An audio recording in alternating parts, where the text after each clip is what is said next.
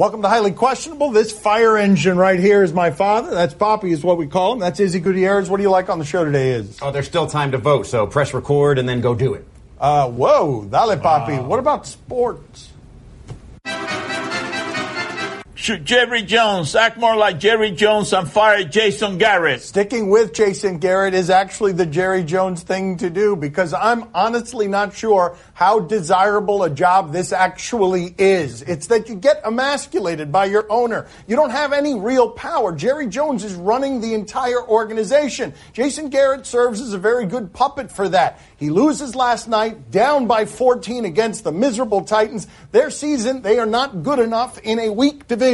And now Jerry Jones is sticking by his guy for now because he has to. Because who are they going to get to replace him right now that is willing to emasculate himself enough to work for this man? I mean, it's almost as if he's asking to be let go when he starts a press conference after a loss like that saying, I thought we did some good things in all three phases of our team. I mean, it's just, you've got nothing to offer there. You're giving me nothing, not even fake outrage. And if you think about what Jerry Jones has admonished Jason Garrett for doing all season, for being super conservative, that's exactly what Jerry Jones is doing in this scenario, just playing the conservative card and not changing coaches midseason, which is something he doesn't do. What are they going to be with Jason Garrett, a team that maybe gets a 6th seed and loses in the first round? If you go ahead and move him, nobody's going to say much. He's been there all decade. You might ride that momentum to a 3-game streak and maybe win that division. Just go ahead and take a chance. It's what you've been telling Jason Garrett to do this whole time. Do you guys realize that it wasn't that long ago the Cowboys were 13-3 and we thought they might be a Super Bowl favorite? You guys remember that? I know a coach who is available. Who's that, Papi? Hugh Jackson. That's right. He's ready to step in. That's right. Hugh Jackson is available. I mean, that's true. That's true. So is Marv Levy, by the way. He's 93 years old. It would have to be an interim contract, but he's also available. Probably not for long. Let's not forget Jeff Fisher now, too.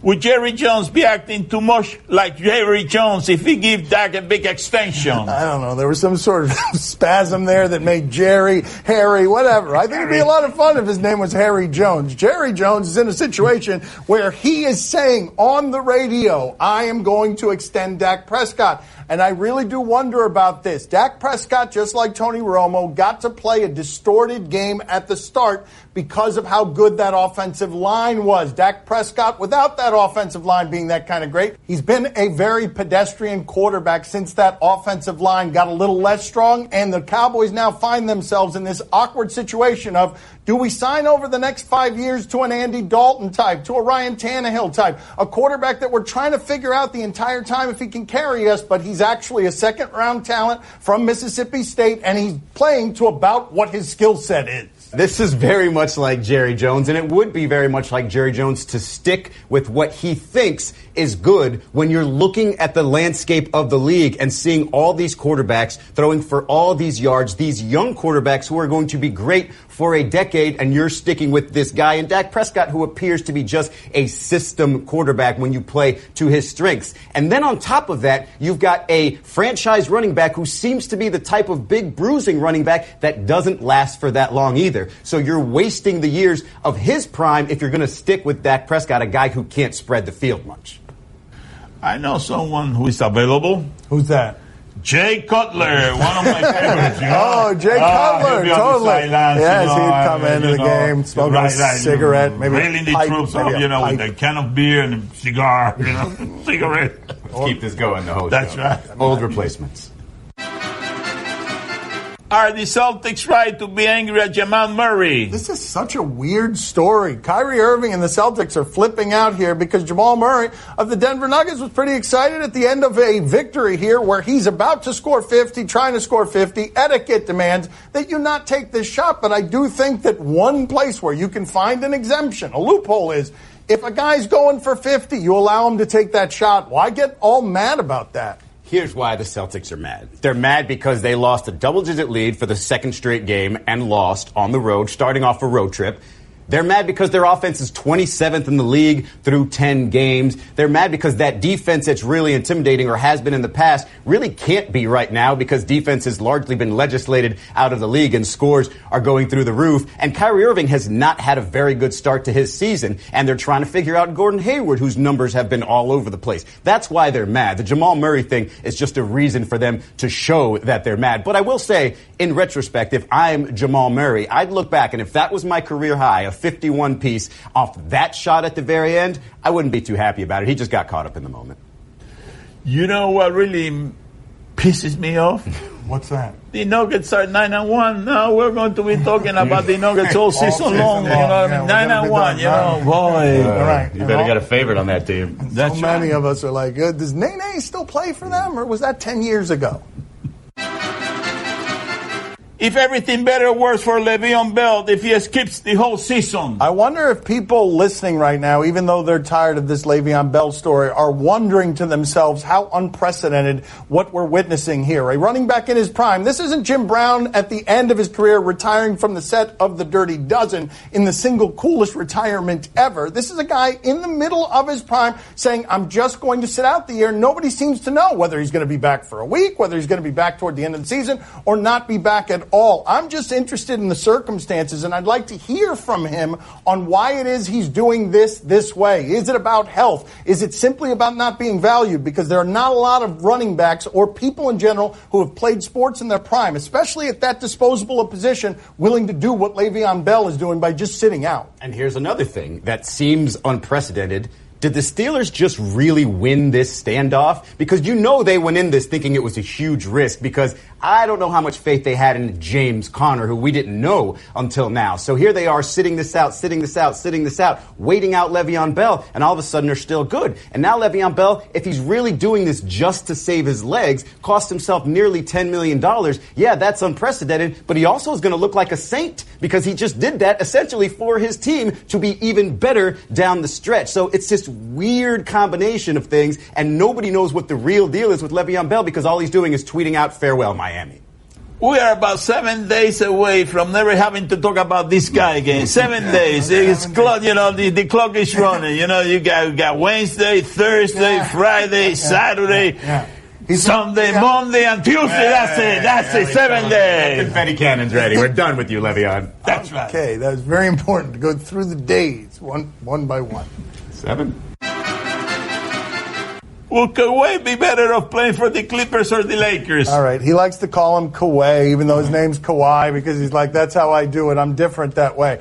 Kawhi is also different. It makes me wonder about some things going on in this league right now when it is said that the Clippers would be more interesting to him than joining the Lakers for what we know would feel like a super team just with the two of them being on it.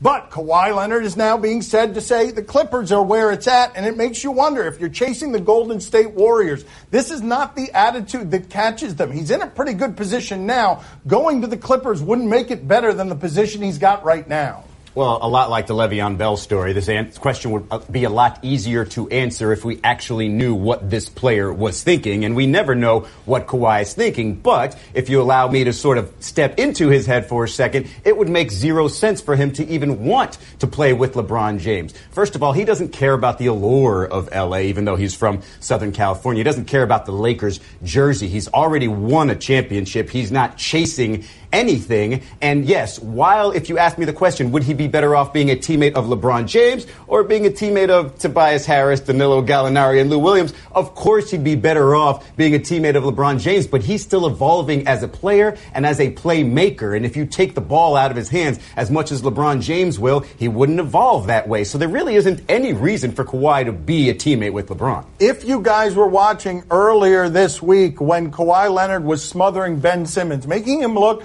like he didn't know how to dribble a basketball, taking the ball, swiping it from him. It was an announcement from Kawhi Leonard. You are not coming to get my stuff. Kawhi Leonard might think of himself in the terms of LeBron James. And if that Toronto team does anything special in the postseason, we will think of him a lot stronger than we did even before if he takes the Spurs where he took them and then he takes the Raptors where they've never gone. Why would you want to team up with LeBron when you can team up with Boban? My guy, Boban. That's like right. A great slogan That's for the Clippers right there. That's right. Forget LeBron, join Boban. I like that. That's it. Coming up next on Highly Questionable. I thought this one was kind of weak sauce. To the passing game off Well, lofting it. it's a pick, and then many years ago, Terrell Owens, at the height of sports controversy, went to midfield in Dallas, ran to midfield. So definitely just chilling in the kitchen, minding my own business, and I'm getting ready for bed. this comes walking around. I'm getting ready for bed. My Son's TV show is brought to you by Red Dead Redemption 2. Out now for PS4 rated mature. Technology Truths, brought to you by Geico. Technology truths. Truth. Teenagers can communicate entirely in emojis. How was the birthday party? Pizza slice, kitten, soccer ball, pineapple? Truth. It's so easy to switch and save on car insurance at geico.com. What are you talking about? Paperclip, shoulder shrug, high five, wizard hat? What? Geico. 15 minutes could save you 15% or more. Time to play the game that can breathe fire. Oh, be careful. Look out, Izzy. Jesus. Do your question. More like breathing coffee. You give us topics and events, we question them. Do you question if this Homish was better than Michael Thomas Homish? Okay, I think the H is silent there, but that's okay. We'll check in with Michael Thomas. It's okay, Papi. It doesn't matter. I think a lot of people would pronounce it like a cheese. So this is Michael Thomas going in for the cell phone. And as you remember, this is, from history. This is Joe Horn. It's 15 years later. That one was amazing. And so last night, Titans and Cowboys give us another one. Formation. Did they, though? I thought this one was kind of weak sauce. To the passing game off Well, lofting it. it's a pick, and then many years ago, Terrell Owens, at the height of sports controversy, went to midfield in Dallas, ran to midfield, spiked the ball, and then, without... and here comes the George Teague-ish. Yeah. What's all that? Yeah, that's Jones doing... No, see, the original was so much better than this. you. Can we see what happened originally so you guys can see? That George Teague came in much more aggressively than that.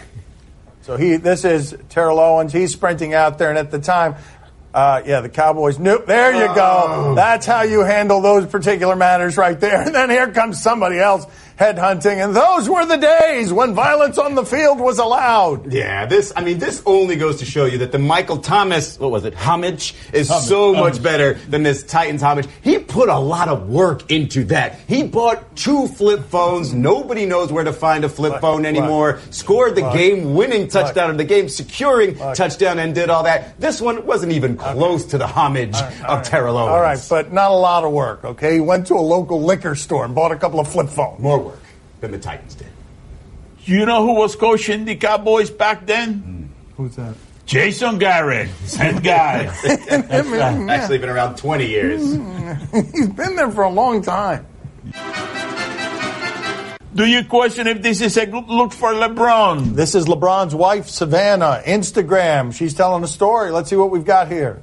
Okay, so definitely just chilling in the kitchen, minding my own business, and I'm getting ready for bed. this comes walking around. I'm getting ready for bed. I don't know what y'all on, but this is my night. It's like you about to bounce up out of here. Look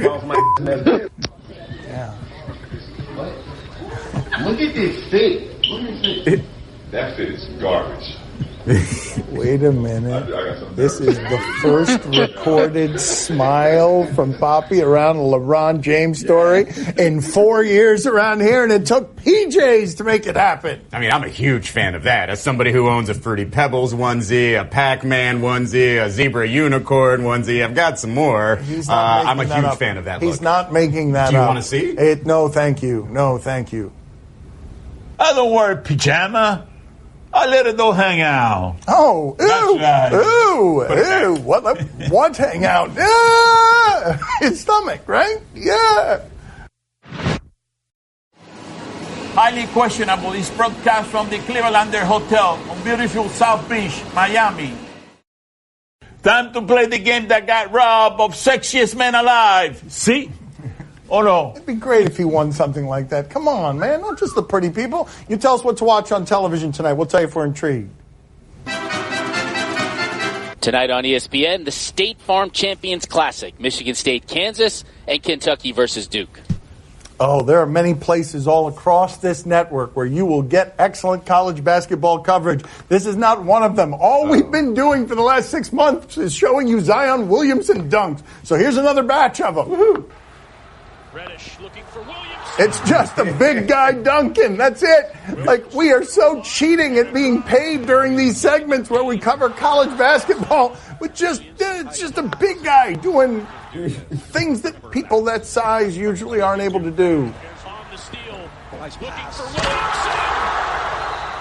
By the way, that is Duke's third best recruit this year. Third. That guy is third. Izzy, are you intrigued? And yet, Dan, it says here Kansas is number one somehow. Color me skeptical on that one. Papi, are you intrigued? Oh, see, I'm very intrigued. But listen, we're going to find out tonight whether Coach K is going to have back problems this year. You know what I mean? Come on, Tell you after the game, depending on whether he wins or loses, he's going to be in good shape or he's going to be in bad shape after the game. I'm telling you that. All this show has done for years now. Zion Williamson dunks and him accusing Coach K of back problems from 10 years ago. We also accuse Kentucky of playing their players. You know what? Those are the three things. Those are the three show staples there. If that's how we cover college basketball, we accuse Calipari of something, then we apologize for it, and these two. Always got to have three things. On the Pac-12 network, Portland State and number 14, Oregon. Everybody on this panel here old enough to remember Manute Bol. He was a bit of a circus freak back in the day. Very thin, very tall, and when he shot three-pointers, everyone laughed because it was funny. He wasn't a very effective player.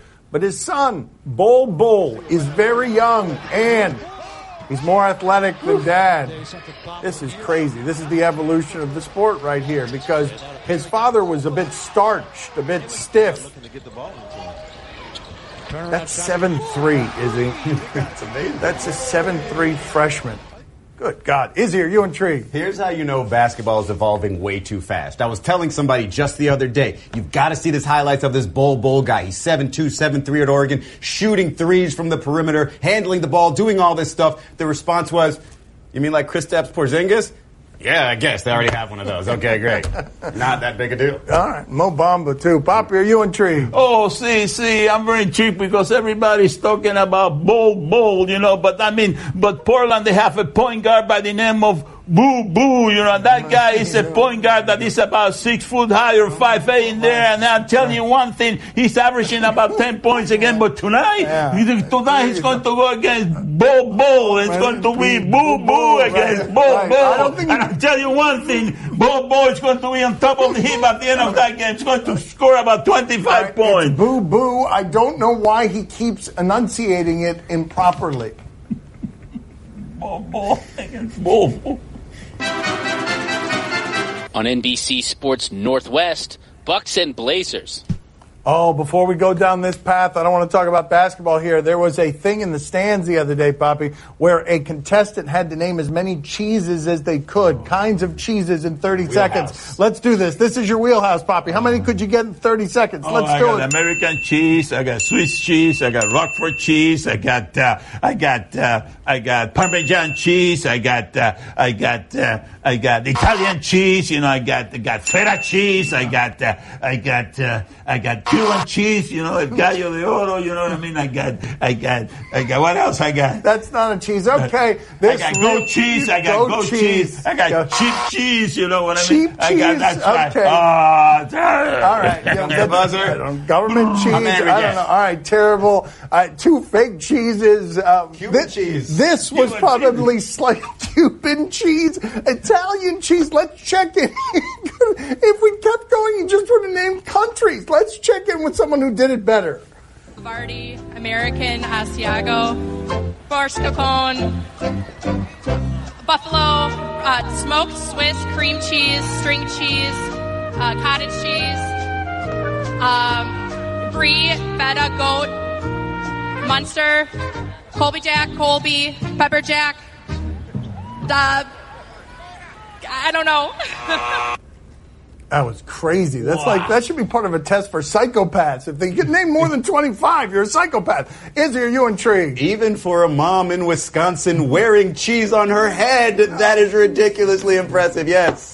Papi, are you intrigued? Oh, see, I'm very intrigued. You know, I love cheese, but you know what happens when I eat a lot of cheese, right? You know what happens. What happens? No, thank you. I don't know what happens. What happens? You got to ask your mother. She give you all the specifics. No. That's right. What kind of conversation would that be with my mother? That's all the time we have for today. Thank you for watching. The radio show, ESPN Radio, every day. Download it. Did you eat some cheese today? Yes, Papi. Yes, not only did I eat it, Yeah, somebody ate cheese here. Put it in my pocket. Yeah. Those are my father's feet. That smell is my father's feet. Liar. I think smoking always affected my daily life because I was a closet smoker. It really sort of controlled my entire day. My boss is the one that recommended Juul, so I decided to give it a try. You don't get any of the odor of smoking. There's no ash all over your car. I would say give it a try. Get the flavor and satisfaction of smoking without the mess of cigarette ash or lingering odor. Switch to Juul. Check out JUUL.com/sports. If you don't smoke or vape, don't start. Warning, this product contains nicotine. Nicotine is an addictive chemical.